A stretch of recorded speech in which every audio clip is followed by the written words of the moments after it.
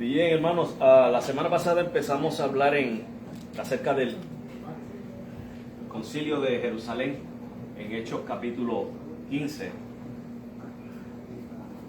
We began last week on Acts 15, the Council of Jerusalem.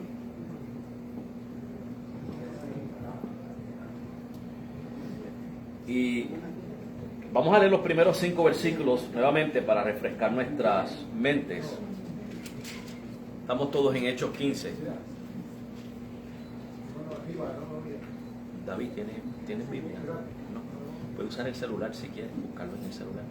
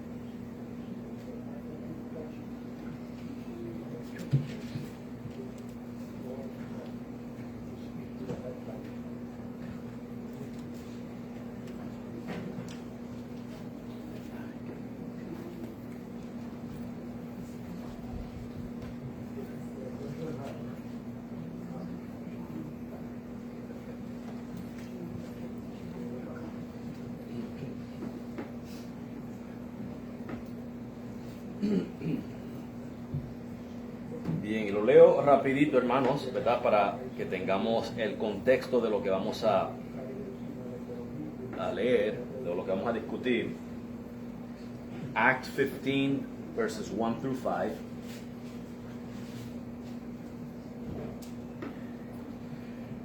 Y dice, entonces, algunos que venían de Judea enseñaban a los hermanos diciendo, si no os circuncidáis conforme a la costumbre de Moisés, no podéis ser salvos. Así que cuando Pablo y Bernabé tuvieron una disensión y contienda no pequeña con ellos, determinaron que Pablo y Bernabé y algunos otros de ellos subiesen a Jerusalén, a los apóstoles y a los ancianos para tratar esta cuestión. Ellos pues, siendo encaminados por la iglesia, pasaron por Fenicia y Samaria, contando la conversión de los gentiles, y causaban gran gozo a todos los hermanos. Y cuando llegaron a Jerusalén, fueron recibidos por la iglesia y los apóstoles y los ancianos, y les contaron todas las cosas que Dios había hecho con ellos. Pero algunos de la secta de los fariseos que habían creído se levantaron diciendo que era necesario circuncidarlos y mandarles que guardasen la ley de Moisés. Bien, hermanos, la semana pasada, ¿cuántos se acuerdan lo que habíamos discutido aquí? ¿Alguien, a ver, algo que se acuerde?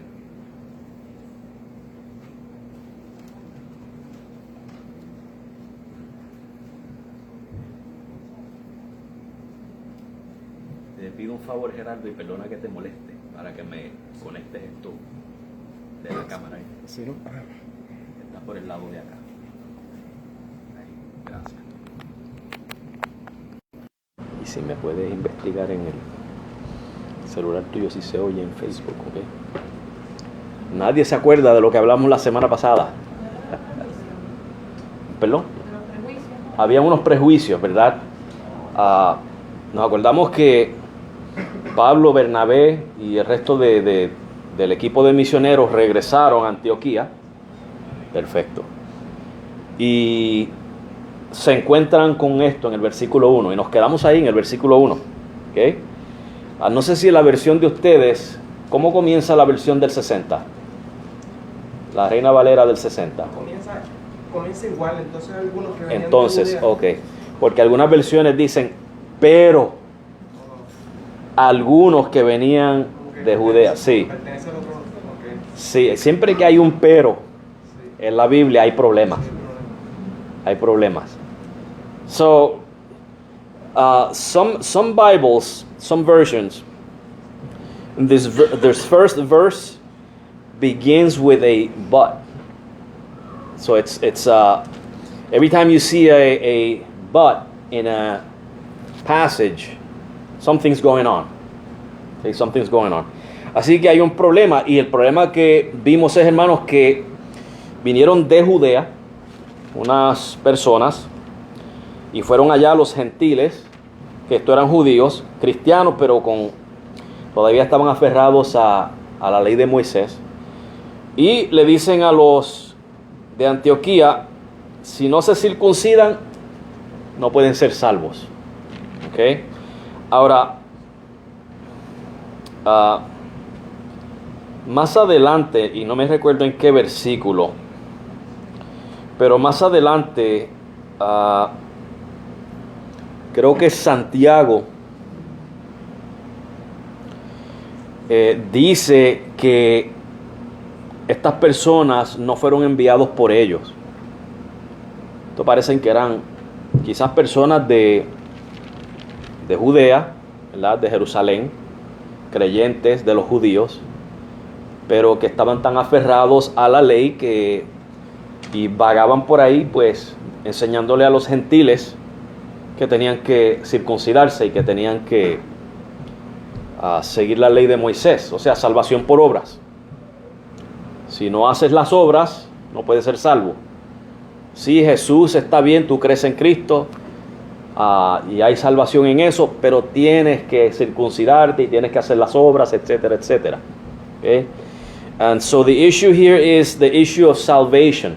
Okay? These men who were not even sent by the brethren in Jerusalem, they were going along teaching the Gentiles that they needed to get saved by works, is basically what they're saying.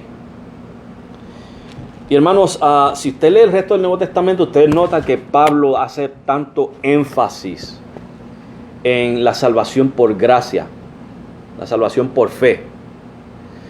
Y algunas de estas personas llegaron hasta a hablar mal de Pablo, a tratarlo como un impostor. Que de hecho, Pablo a veces tenía problemas con la iglesia de los Corintios. Pablo los reta y le dice, no soy yo apóstol, ¿ustedes no creen que yo soy apóstol? ¿Están dudando de mi apostolado? Y Pablo le da las pruebas de su apostolado. O sea, no creo que estas personas, de las que estamos hablando aquí en el capítulo 15, estuvieran necesariamente hablando mal de Pablo y Bernabé, pero obviamente hay un problema ahí que es el de doctrina, la doctrina de la salvación. Okay, so there's a problem here with the doctrine of salvation. And you're going to notice that as Paul wrote his letters, he defends the doctrine of salvation by grace, salvation by faith. And a lot of these people, not necessarily the ones we're discussing today, but a lot of these people spoke evil about Paul. And Paul had to, at times, defend his office of apostle, because his character was put into question. Y lo que discutimos la semana pasada, ¿verdad?, es que estas personas les conocemos como judaizantes. These are people we know as Judaizers. Una palabra que debemos de tener en nuestro vocabulario, judaizantes.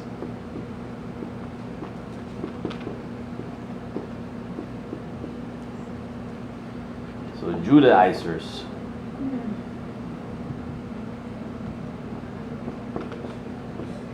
I don't know if I'm spelling it correctly.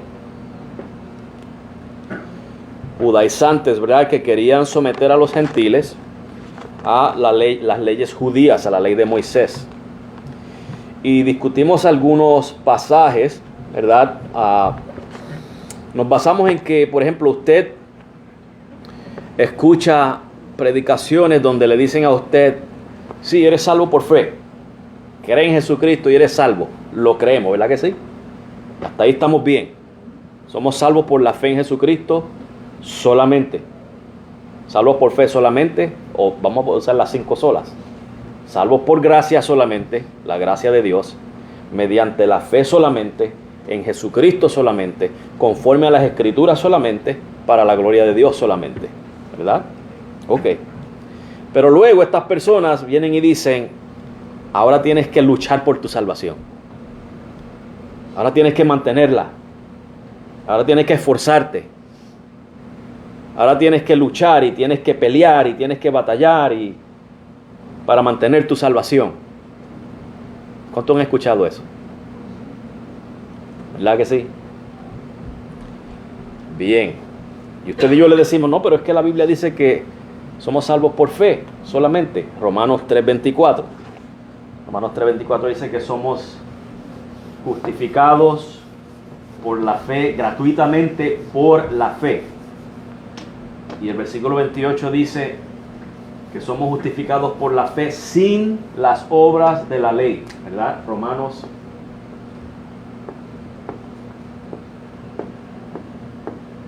3:24 y 28.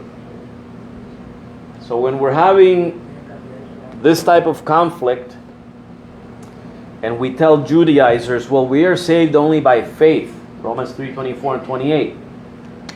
¿A qué pasaje de la Biblia brincan ellos inmediatamente? Que lo discutimos la semana pasada.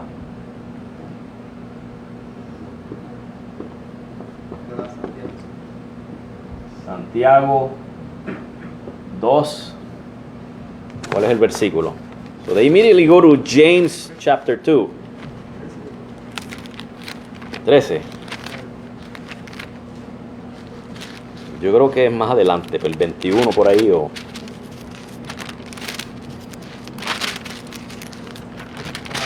Empieza el versículo 14.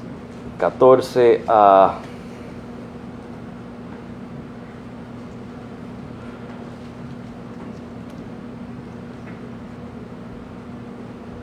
Versículo 24. El 20 y el 24. La fe sin obras es muerta. Y el 24, que el hombre es justificado por las obras, ¿verdad? Ahora, sabemos que la Biblia no es un libro de contradicciones, ¿verdad que no? Porque si es la palabra de Dios, y hasta donde yo sé, Dios ni es loco, ni tiene Alzheimer's, que se le olvidan las cosas, ¿verdad? Ni está demente. Dios no se contradice a sí mismo, ¿verdad? Estamos todos de acuerdo con eso, ¿verdad? Entonces, ¿por qué Dios a través de Pablo dice que somos salvos mediante la fe solamente? Y a Santiago le dice que es por obras. Bueno, la semana pasada, ¿verdad? No voy a entrar mucho en detalles, pero vea el estudio de la semana pasada, que está todavía en Facebook, donde ahí yo doy los detalles. Pero en el versículo 14, Santiago está hablando acerca de esos que dicen, dice aquí el versículo 14, ¿qué aprovechará si alguno dice que tiene fe? Notemos que él está hablando de los que profesan. Decirlo es una cosa, decir yo tengo fe es una cosa, pero tenerla es otra. Que son dos cosas distintas. Que tiene fe y no tiene obras. ¿Podrá la fe, quiere decir esa fe que ellos dicen que tienen, pero que no produce nada bueno, ¿puede esa fe salvar? Obviamente esa no es la fe que salva, ¿verdad que no? La fe que salva viene de que cuando el Espíritu Santo nos regenera, cuando nacemos de nuevo, ahí comienza la verdadera fe. Esa fe produce obras. O sea que cuando nosotros decimos que somos salvos por fe solamente y no por obras, no estamos diciendo que no hacemos obras. Al contrario, el Espíritu Santo nos ha transformado. Y desde ese momento en adelante nuestras obras comienzan a reflejar ese cambio.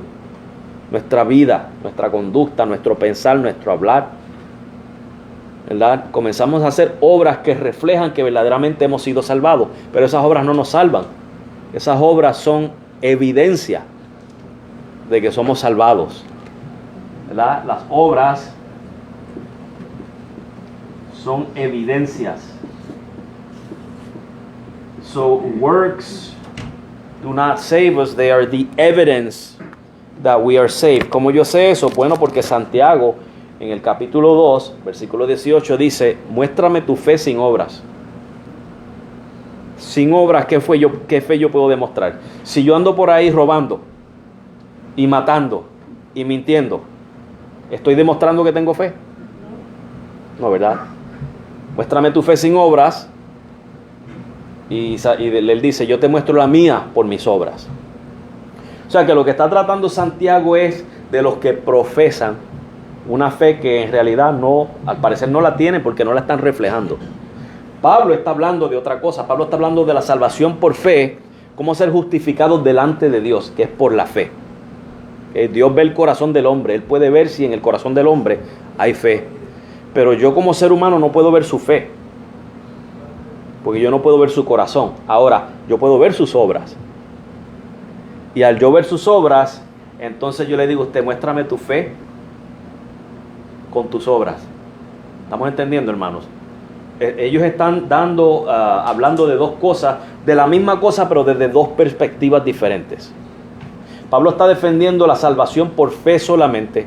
Santiago está llamando a una vida de santidad. ¿Tiene sentido? So what's happening here is Paul is defending salvation by faith alone. James is pretty much calling believers into a life of sanctification, a life of holiness. Okay? So it's the same, sort of the same topic, but from two different perspectives. Okay? Two different perspectives. ¿Alguna pregunta o comentario hasta ahí, hermanos? Bien. Entonces, yo creo que todavía no vamos a salir de este versículo 1. Porque tengo aquí otros apuntes que hice. Vamos a primera de Juan,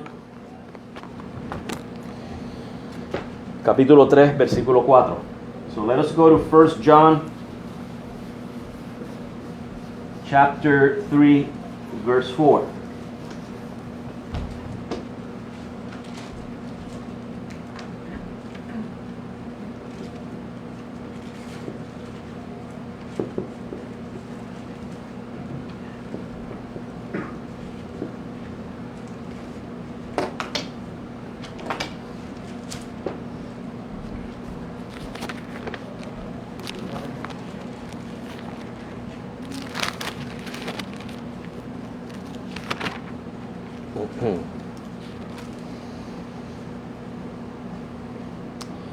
Escuchen bien lo que dice Juan, el apóstol Juan dice: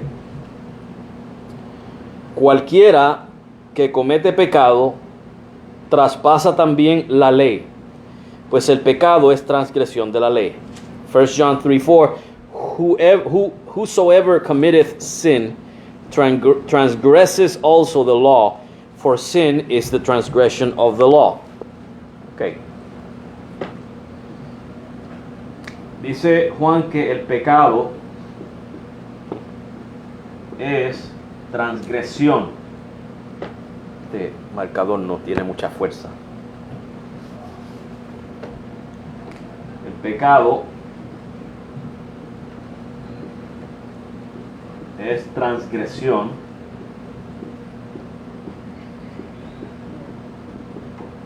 o una violación de la ley. So sin is transgression of the law.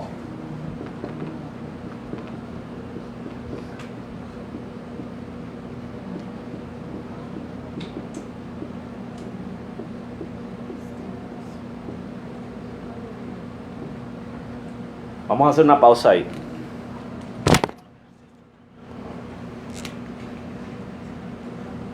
Perfecto, gracias, Gabriel.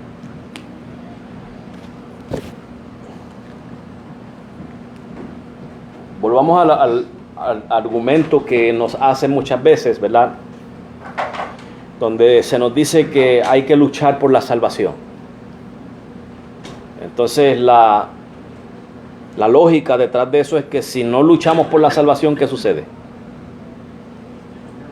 La perdemos, ¿verdad? So the logic behind you got to fight for your salvation is that if you don't, you lose it, right? Esa es la lógica de ellos. Y cuando nosotros le respondemos, pero entonces eso sería salvación por obras, ¿verdad? Ellos dicen, no, eso no es salvación por obras, eso es obediencia. No es lo mismo, hermanos. ¿Qué estamos obedeciendo? La voluntad de Dios. ¿Y dónde está reflejada la voluntad de Dios? En la ley de Dios. Entonces, si para yo ser salvo, para yo mantener mi salvación, tengo que vivir una vida de obediencia, entonces debemos de vivirla perfectamente. ¿Cuántos de ustedes, levanten su mano, pueden vivir una vida perfecta? Usted sabe que hasta con el pensamiento, usted y yo podemos pecar. No que podemos, que lo hacemos. Las intenciones de nuestros corazones muchas veces no son correctas. Las actitudes. Y si Dios es santo y justo, ¿usted cree que Él puede dejar eso pasar por alto? Si es que vamos a vivir por la ley. ¿Okay? Si vamos a vivir por la ley, Dios no va a pasar eso por alto. ¿Verdad? Ahora, ellos insisten que ellos no están viviendo por la ley. Pero hermanos, ¿qué dice Juan? Que el pecado es transgresión de la ley. Entonces, si usted no lucha por su salvación y falla en un punto de la ley, dice Santiago, usted falla en un punto de la ley y es culpable de toda la ley. ¿Okay? Aunque ellos no quieran admitir que ellos están enseñando salvación por obras, y muchas veces lo defienden y dicen, pero ellos están hablando de las obras de la ley. Todas las obras, hermanos, son juzgadas por la ley de Dios. Todas. ¿Qué nos está diciendo Juan? El pecado es transgresión de la ley. Cuando usted falla, hermanos, en cualquier cosa, Juan dice que usted está fallándole a la ley. Entonces, si yo obedezco para no fallar, ¿qué estoy obedeciendo? La ley de Dios. Entonces sería salvo por la ley. Estamos viendo el problema de esa lógica. Seríamos salvos por la ley de Dios. Pero ¿qué dice Pablo en Gálatas? Que ningún hombre puede ser justificado, ¿por qué? Por las obras de la ley. No puede. Y en el capítulo 5 de Gálatas dice, ustedes los que se quieren circuncidar y justificarse por las obras de la ley, han caído de la gracia. Estamos viendo, hermanos, el problema que hay.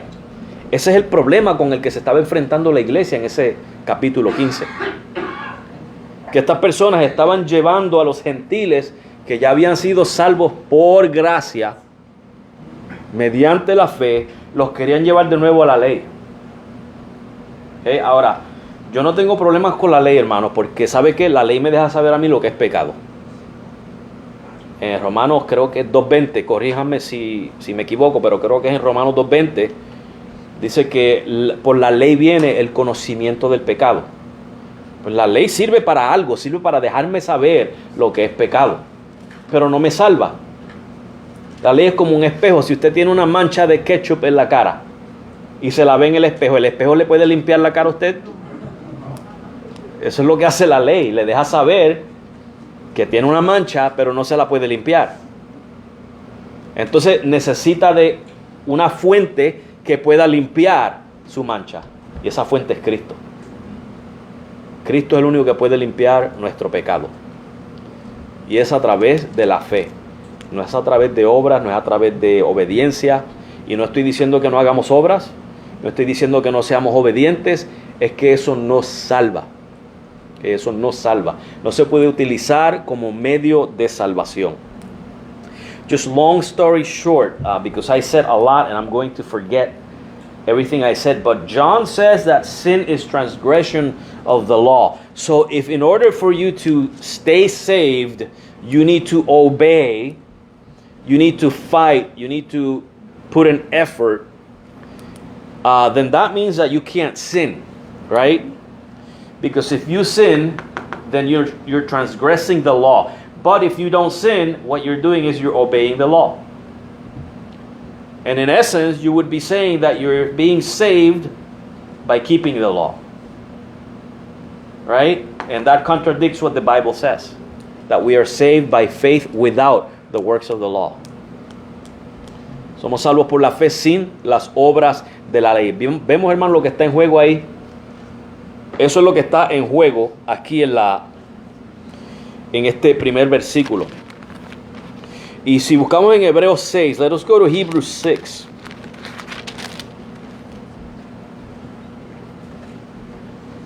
Porque hay otro problema más. Si la salvación se puede perder, ¿ok? Si pudiéramos perder la salvación,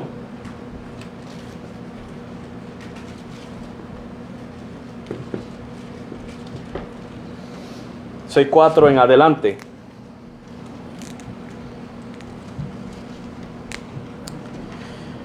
Dice, porque 4 al 6. Porque escuchen bien esta palabra, porque es imposible.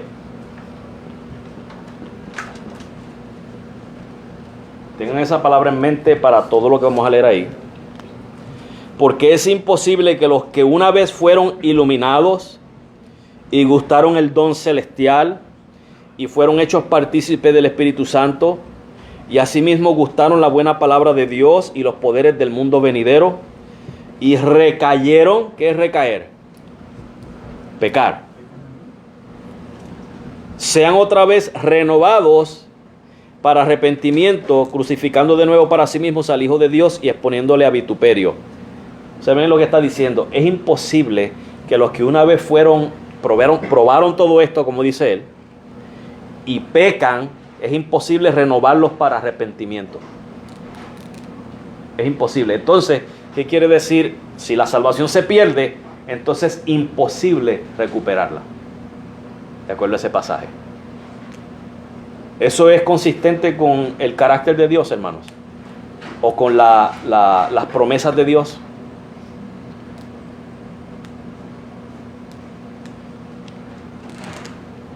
¿Les suena eso bíblico a ustedes? Obviamente, hermano, el autor de Hebreos está hablando de algo distinto aquí. Pero si vamos ahí se está hablando de los que recaen, ¿verdad? De los que pecan, de los que fallan.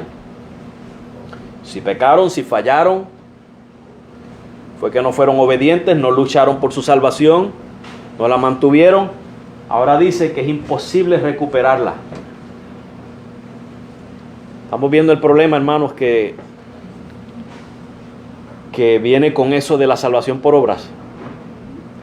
Si es por obras, seguramente la vamos a perder, porque vamos a fallar. Y si la perdemos, no la vamos a poder recuperar. Por eso es que la salvación es por la gracia de Dios mediante la fe en Jesucristo. Y a veces se burlan de nosotros, nos dicen, ustedes son los una vez salvos, siempre salvos. Pues sí, fíjate, somos salvos, siempre salvos, porque esa es la promesa del Señor. El Señor dice que ninguno de nosotros se va a escapar de sus manos, que nadie nos va a arrebatar de las manos del Señor. Eso es una promesa, ¿verdad? Ajá. La canción lo dijo, Él me sostendrá. Él me sostendrá, ¿verdad? Yes. All right, so Hebrews 6:4 through 6, basically, if it's possible for you to lose your salvation, then it's impossible to get it back.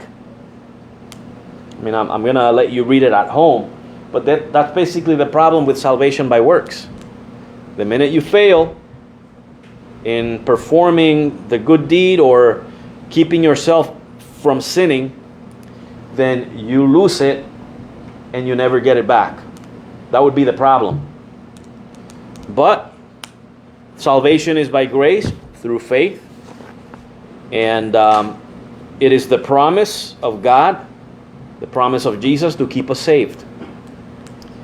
El Señor Jesucristo, usted lo ve en varias ocasiones, hermanos, hablando, por ejemplo, todo el que a mí viene, yo no le echo fuera. En Juan 6:37, si no me equivoco, John 6:37, all those who come to me, I shall in no way cast out. En Juan capítulo 10, creo que son los versículos 28 en adelante, donde Jesús dice que mis ovejas oyen mi voz,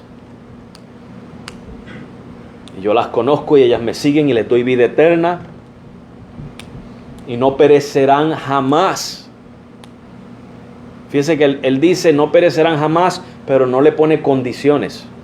No dice no perecerán jamás a menos que fallen. No dice eso. Dice no perecerán jamás y luego dice y nadie me las va a arrebatar de mis manos. O sea que esas son promesas que ha hecho el Señor. Mire, le hace el libro de los Corintios. Estos corintios cabeciduros, que hasta, hermanos, las clases de cosas que estaban haciendo estas personas, que Pablo le dice, no les puedo hablar como espirituales, sino como carnales. Ustedes son un montón de carnales, le dice así. Pablo es de principio a fin es un regaño. Y hasta uno que estaba acostándose con la esposa de su propio padre. Y la iglesia permitiendo eso. ¿Qué iglesia más corrompida que esa? Y sin embargo Pablo le llama a los ¿qué? A los santificados. Y uno se rasca la cabeza, pero ¿cómo que santificados? Con todas las cosas que estaba haciendo. Bueno, porque el Señor los había santificado. Ahora, el Señor los estaba castigando también, los estaba corrigiendo, los estaba disciplinando. Porque una vez hijos, siempre hijos. Y el padre que ama a su hijo, ¿qué hace? Lo disciplina. Y los enderezó, Dios los enderezó eventualmente. Hermanos, que esta doctrina de la seguridad de la salvación del creyente no quiere decir que usted y yo lo vamos a tomar para vivir como nos parece. Porque si ese es el rumbo que vamos a tomar, Dios nos va a disciplinar. Nos va a disciplinar, ¿verdad? Estoy tratando de tocar algunas de las objeciones que las personas tienen. Algunos grupos tienen contra la enseñanza de la seguridad de la salvación. Ahora, hermanos, sí. El versículo que las personas usan mucho, Juan 3:16. Exacto. Bien claro ese versículo, las personas no se enfocan en lo que dice, se enfocan en una parte, pero no se enfocan en la otra parte, que es de tal manera amó Dios al mundo que entregó a su Hijo para que todo aquel que no se pierda, mas tenga vida eterna, mas a que todo aquel que cree no se pierda. Esa parte de ese versículo es muy importante y las personas no se enfocan. Exacto. Está también el argumento de que dice que ¿qué pasa con el creyente que deja de creer? Entonces nunca fue creyente. Primera de Juan 2:19 dice, los que salieron de nosotros es porque no eran de nosotros, porque si hubieran sido de nosotros, hubieran permanecido con nosotros. En otras palabras, los que dejaron de creer, supuestamente dejaron de creer, ¿verdad? Es porque nunca creyeron. Porque si hubieran sido verdaderos creyentes, todavía estuvieran creyendo, es lo que está diciendo Juan. O sea que el que tiene una fe genuina va a continuar creyendo en Cristo. Porque esa fe no viene del intelecto humano, esa fe no viene de la carne del hombre, eso no viene de un cuerpo corrompido. Eso viene de la obra que hace el Espíritu Santo en el corazón del pecador. Ahí es donde comienza la salvación, cuando el Espíritu Santo trae esa obra de regeneración en el pecador, ahí mismo produce fe. Y esa fe viene de Dios mismo. Dios es el que la pone ahí y Dios no la va a quitar, la va a dejar ahí. ¿Qué, hermanos? Preguntas, comentarios hasta ahora. Bien. Ahora, hermanos, ¿qué había predicado Pablo hasta ahora? O sea, los capítulos anteriores que hemos estudiado del libro de Hechos, por ejemplo, en el capítulo 13, Hechos 13, 39, Acts 13, 39. Pablo predicando dice, y por él, por Cristo, todos los que creen son justificados de todas las cosas que no pudieron ser justificados por la ley de Moisés. Eso es lo que predicaba Pablo, la salvación por fe, justificación por fe, porque la ley de Moisés no podía justificar. ¿Okay? Eso es lo que Pablo andaba predicando. So this is what Paul was preaching in Acts 13:39, that by Christ all that believe are justified from all things from which you could not be justified by the law of Moses. So the law of Moses cannot justify. So justification is by faith in Christ. Entonces, eso era lo que Pablo estaba predicando. Este evento que estamos leyendo aquí en Hechos 15, ustedes saben que en el libro de Gálatas, Pablo tiene que confrontar a Pedro y hasta lo trata de hipócrita. Porque Pedro se dejó llevar por esta mentira de la salvación por obras. Y no era que Pedro se dejó llevar tanto no fue que a Pedro le cambiaron su creencia. Fue que Pedro parece que como que le tenía miedo a estas personas. Y Pablo se lo dice: cuando tú estás con los gentiles, tú comes con ellos. Y cuando vienen los judíos, te apartas. Y me tratas a los gentiles como si no fueran parte del redil. Y hasta Bernabé, él dice, hasta Bernabé se dejó llevar también por la hipocresía. O sea, Pablo tuvo que hablarle fuertes a ellos. Esa carta a los Gálatas en la que Pablo habla de esa reprensión que le hizo a Pedro, algunos creen que pasó aquí en este capítulo 15, pero yo no estoy muy seguro de eso, hermanos. Eso posiblemente pasó antes del capítulo 15.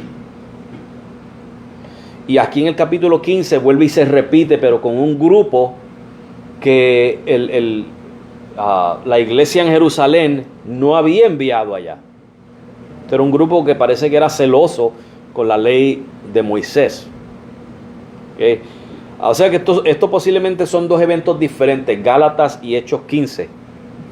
Pero les recomiendo que lea a Gálatas para que tenga una idea de con lo que se estaba enfrentando Pablo, ¿verdad? Porque no era nuevo en aquel tiempo y tampoco es nuevo hoy en día. O sea, siempre ha habido este conflicto entre la salvación por la fe y la salvación por las obras. ¿Okay? Y en el libro de Gálatas pues nos da detalles que nos pueden ayudar a entender lo que estaba pasando aquí también. Ahora, hermanos, ¿qué ustedes creen que estaban diciendo estos judaizantes acerca de Pablo y Bernabé? Imagínense que ustedes creen que ellos estaban diciendo. Por ejemplo, usted sabe que usted y yo pues predicamos por la gracia de Dios, ¿verdad? Salvación por gracia. Y el que no cree en la salvación por gracia, ¿qué dice de nosotros? Cristiano gracioso. Ajá, ¿qué más dicen de nosotros? Ajá, ¿qué más? Que enseñamos licencia para pecar, que eso es muy fácil, muy simple, muy sencillo. Que estamos predicando mentiras. Que estamos hablando prosperidad y cosas como esas. Cosa que no se habla aquí, ¿verdad que no? Eso aquí no se habla, de todos modos. Pero fíjese que en Romanos 3:8 el apóstol Pablo dice: ¿y por qué no decir, como somos difamados, nos calumnian, hablan mal de nosotros, y algunos afirman que decimos, hagamos males para que vengan bienes? O sea, cuando Pablo predicaba de la gracia, los judaizantes decían, lo que hace es enseñando a la gente a pecar, a desobedecer la ley de Moisés y a irse a pecar. ¿Qué dicen de nosotros hoy en día? Esto es lo que hacen es enseñando a la gente a vivir una vida de pecado. Hermano, ¿cuántas veces ha salido de mis labios en mis predicaciones que está bien cometer fornicación, que está bien mentir, que está bien cometer fraude, que está bien mirar la mujer de su prójimo? ¿Cuántas veces me ha oído a mí decir eso? Ahora, ¿cuántas veces me he escuchado condenar eso? Estas personas hablan lo que no conocen de nosotros, porque no se toman el tiempo de estudiar las Escrituras para ver qué es lo que dicen las Escrituras, que es exactamente lo que nosotros predicamos, ¿verdad? La salvación por gracia no significa permiso para pecar. Ahora, lo que significa es que, aunque a veces fallamos, aunque a veces pecamos y muchas veces caemos duro en el piso, Dios nos levanta. Dios nos salvó no para dejarnos perecer, sino para llevarnos a la gloria. Y si lo tiene que hacer a cantazos a veces, lo hace, ¿verdad que sí? Si nos tiene que dar 2 o 3 cantacitos, lo va a hacer. Pero nos va a llevar a la gloria. ¿Verdad? Preguntas hasta ahí, hermanos. Preguntas. Comentarios. Bien. O sea que eso es lo que parece que estaban hablando de Pablo también, porque usted nota en las epístolas de Pablo que Pablo tiene que defender su apostolado y él habla acerca de estos falsos apóstoles. ¿Verdad? Eran personas que decían que eran superapóstoles. Así literalmente dice en el griego, uperapóstolos. Y él decía que estas personas, él decía, si ellos son apóstoles, pues yo más. Porque ellos no hacen nada de lo que yo he hecho. Ellos no han sufrido nada de lo que yo sufro. Aquí están las marcas de mi apostolado. Los latigazos que Pablo sufrió por la causa de Cristo, los naufragios, las hambres que él pasó, la desnudez, los fríos, las cárceles, los abusos, las amenazas. Ninguno de esos que decía que era apóstoles había pasado lo que Pablo pasó por el Evangelio. Y Pablo dice, esas son las evidencias de un apóstol, las marcas del Evangelio, que ninguno de ellos tenía. Ahora miren los apóstoles modernos de hoy en día. ¿Cuántas marcas tienen? Ninguna. Tienen mucho título, pero no tienen las marcas del Evangelio. Ahora tienen mucho billete, ¿verdad que sí? Eso sí lo tienen. Esas son las marcas del apostolado de ellos. El Dios que ellos predican, ¿verdad? Bien. Los hermanos, que es de esperarse que hablen así de nosotros. Que nosotros lo que enseñamos es licencia para pecar y dando permiso para pecar. No, hermanos. No damos permiso para pecar.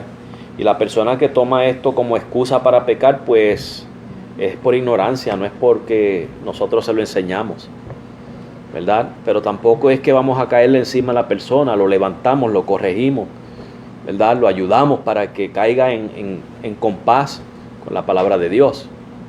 Eso sí lo hacemos. Amén.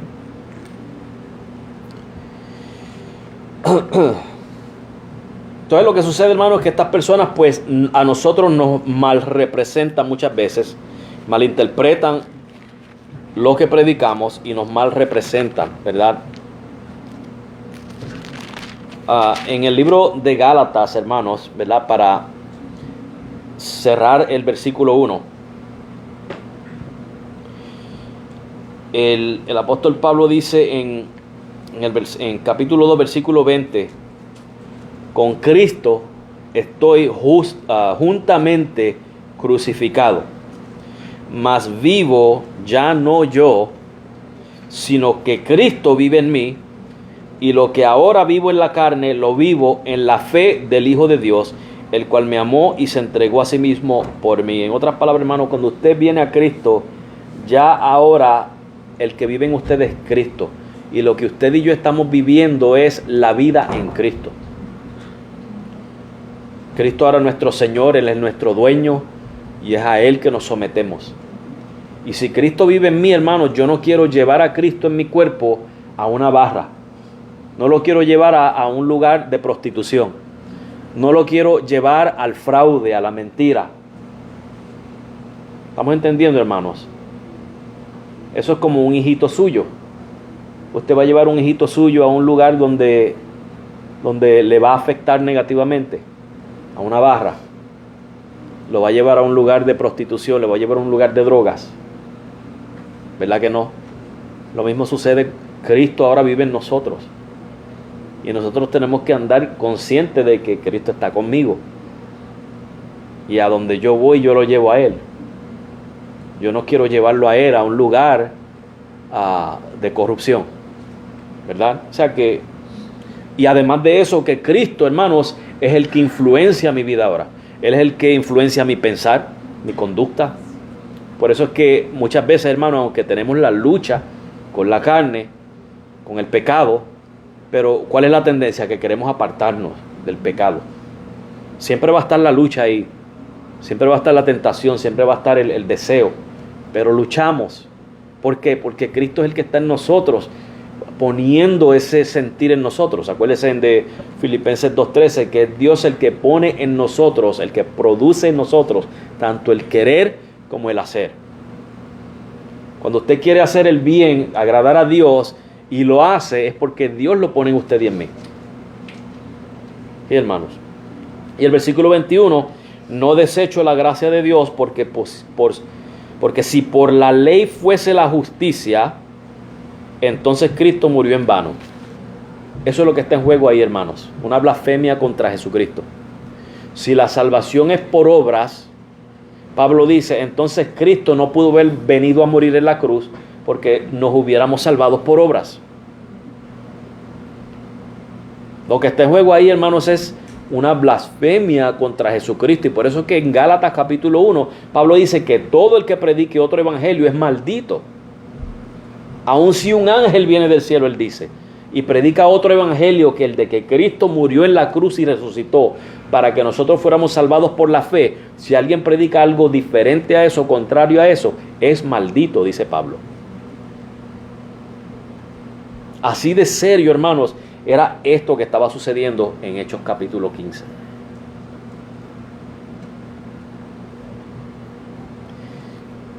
Ahora mire el versículo 2, Hechos 15, estamos en Hechos 15 otra vez. We're back in Acts 15, verse 2.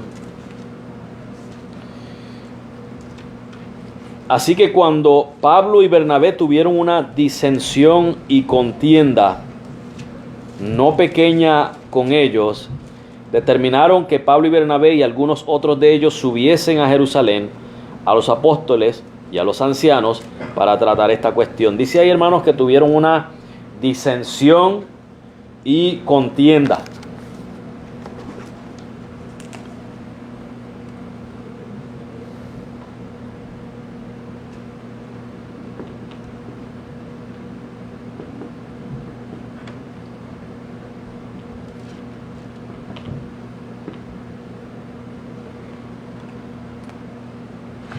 Esto era tan grave, hermanos, que las palabras que usa Lucas aquí para describir ese evento, la palabra disensión en el griego, ¿ok?, significa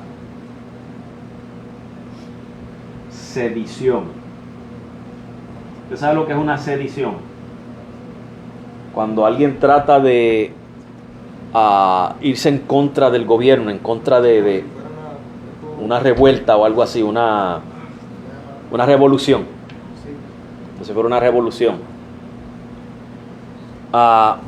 Un tumulto, que lo vimos el año pasado con esto de Black Lives Matter.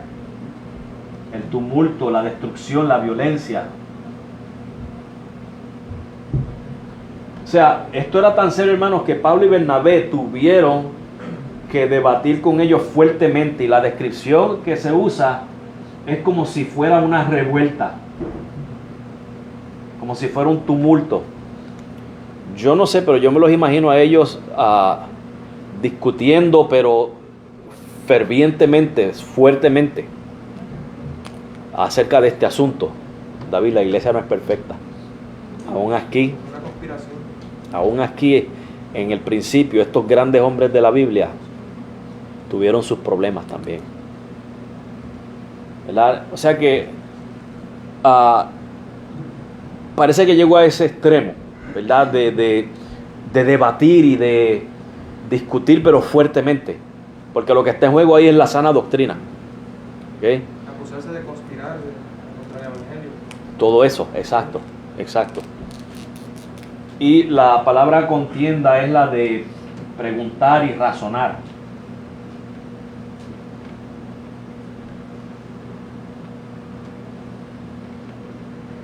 So in verse 2, it says that Paul and Barnabas had no small dissension and disputation. The Greek words are talking about, for dissension, it refers to seditions and riots. And to contend or to dispute, it was using the reasoning. So it was no small matter. It was a very fervent discussion that they were having. Esto fue una discusión bien ferviente, ¿verdad? Ahora, hermanos, ¿por qué usted y yo debemos de defender la doctrina de la gracia? Es porque es importante, hermanos. Si se nos enseña o si se nos trata de llevar a otra cosa que no sea la salvación por gracia, hermanos, entonces nos quitan la libertad que Cristo nos ha dado. Entonces ahora estamos sujetos a obras. Y la pregunta es, ¿cuántas obras tengo que hacer para ser salvo? ¿En qué punto pierdo mi salvación? Digo, si se perdiera la salvación. ¿En qué punto perdería la salvación? ¿Cuántos pecados tengo que cometer? ¿Cuán graves deben de ser? Preguntas que la Biblia en realidad no contesta. Entonces ahí comenzamos a crear reglas de hombres, y con esas reglas, hermano, dependiendo de usted, a donde usted vaya, usted puede ir a iglesias donde hasta pasarse el blower por el pelo es pecado. Pueden llegar a ese extremo. Peligroso. Beber café es pecado. Beber café es pecado, ¿verdad? O sería otra cosa. Comer ciertas comidas. ¿Cuánto le gusta la chuleta frita? En algunos lugares ya estamos pecando si usted y yo nos gusta la chuleta frita, ¿verdad? Prohibido la chuleta. Hermano, perdemos las libertades. Las libertades a las que Cristo nos salvó, las perdemos. Janet. No sé si esto venga el caso, pero para el 1985, que yo estaba en el Ministerio Evangelístico de Dallas Hispana, tenía como 16 años, mi hermano era el que predicaba, tenía 14. Por el día, pues yo vestía regular, pero como nosotros, yo en sí, empecé con el grupo, yo empecé yendo a la iglesia que era el aposento alto. Pues me vestía rápido porque yo quería ir y empezaron a dar quejas solo. Decían de esta manera: no se le puede quitar que para este tiempo es la única que tú la ves viajando para el pueblo de la isla y estando hasta ciertas horas, que ninguna muchacha se debe estar y que está haciendo el trabajo, pero no está dando testimonio porque ven botas, maones, pintar y comprenda. Esa es otra de las Y me sentía de las reglas para ser salvo. Me Otra. forzaron a ponerme al mismo nivel de ellos, hasta que llegó mi hermano y me dice: Daniel, en casa si quieres estar en maones, porque no que te está afectando tu personalidad, porque no es, te estás como cohibiendo muchas cosas. Exacto. Es que ese es el problema que... exacto. Sí, esa es otra de las... Como le había dicho, hay lugares donde hasta por pasarse el blower, por estirarse el pelo, ya eso es pecado. Porque mi mami me llevaba a veces a algunos sitios que ella quería comer, y Sí. estaban vendiendo cerveza y ya que me perdí mi salvación. Ya. Eso es lo que hace. Eso da depresión, eso da ansiedad. Esas personas viven en un temor constante y tú los ves de mal humor. No, y por ejemplo, mi esposa, a veces que se encuentra personas en el supermercado, donde sea, por ejemplo, y están repartiendo tratados y le dan uno a mi esposa, le dicen Dios le bendiga, le dan un tratadito y ella le responde para atrás, Dios le bendiga. Y cuando ella dice Dios le bendiga, la miran de arriba para abajo y le dicen, ¿tú eres cristiana? Porque se están basando en lo de afuera, en el pelo echado hacia atrás, en faldas hasta yo no sé dónde, hasta los tobillos, en cierta vestimenta. Ahora mi esposa no viste escandalosa, ella se pone sus pantallitas, ella se viste con modestia, tiene sus maones, pantalones, lo que sea, pero modestamente. Pero como tiene pantalones, la miran de arriba para abajo y le hacen la pregunta, ¿usted es cristiana? Pero no es para saber, es como una pregunta sarcástica. Como quien dice, ¿en realidad tú eres cristiana? Pastor, yo tuve la experiencia que con mi hermano, el que iba a llegar de mi hermano Gerardo, nos llevó, supuestamente se iba a quedar, pero no pudo porque la goma del casco se explotó, así que tuvo que llevárselo a... Y fuimos a esa congregación y yo me fui con el uniforme que usábamos en intermedio. Cuando yo fui, ¿ah? Con dos moñitos, unas medias dobladitas y los zapatitos como si fuera una nena chiquita. Pues voy allí y me encuentro a la esposa del pastor José. Mi hermano José me lo fue a presentar, porque lo pusieron a predicar sin esperar que él creciera espiritualmente. No, tú tienes ministerio, tienes que empezar. Para mí fue una sorpresa porque aquí la hermana Raquel recibía a todo el mundo con esa alegría y saludaba a todo el mundo. Joana también. Pero cuando yo me paré al frente de esa señora, yo no sabía ni qué pensar, porque esto fue lo que ella hizo.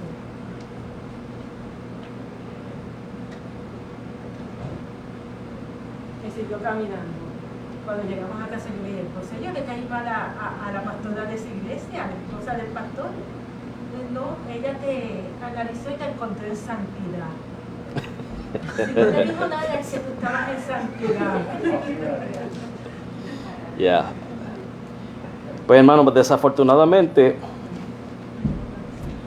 se basan en las apariencias, ¿verdad? Es como yo digo a veces, si a mí me ven con esta barba, me ven con esta línea aquí, ya soy corrupto, ya estoy perdido. A mí no me dicen ni un Dios te bendiga, a mí me ven, yo puedo decirle Dios te bendiga y llevarle la compa al carro, ni un Dios te bendiga me dice.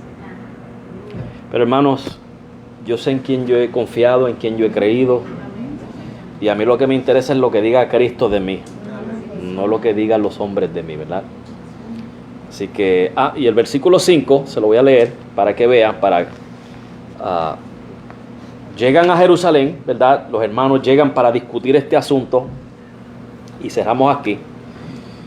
Y dice, pero algunos de la secta de los fariseos, acuérdense que los fariseos eran bien aferrados a tradiciones y reglas y la ley de Moisés, etcétera, que de hecho ellos fueron los que le dieron a Jesús los problemas, la oposición. Ellos eran los que se oponían contra el evangelio, pero algunos de ellos creyeron en Cristo, se convirtieron, ¿verdad?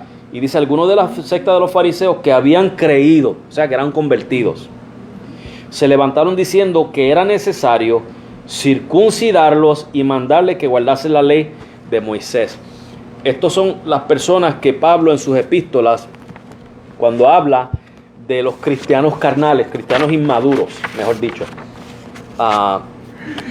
es otra palabra que él usa, los cristianos que son él habla de los cristianos maduros y de los que no son maduros, que por ejemplo, si lo ven a usted comiendo carne de cerdo, pues ellos se escandalizaban. Sí, bueno, cristianos niños todavía en la fe. Más o menos, pero eran niños en la fe todavía. Y pues eso, yo creo que eso es lo que estaba pasando con estas personas. Ellos todavía, en cuanto a la fe, estaban tan aferrados a la ley de Moisés que no estaban creciendo espiritualmente, no estaban saliendo de ahí. ¿Okay? Y los vemos a ellos que ellos tienen un interés genuino, ¿ok, hermanos? No es que ellos eran malvados ni nada por el estilo. Es que ellos en esa parte todavía no han salido de la ley. Ellos no habían salido de la ley y estaban teniendo ese problema. No podían aceptar a los gentiles como cristianos, ¿ok? Porque acuérdense que los gentiles, ¿de dónde venimos? Del paganismo, de la corrupción, de la inmoralidad. Y eso para los judíos era un escándalo. ¿Cómo es posible que dejemos que estas personas ingresen a la iglesia sin pasar primero por el proceso que nosotros los judíos hemos pasado.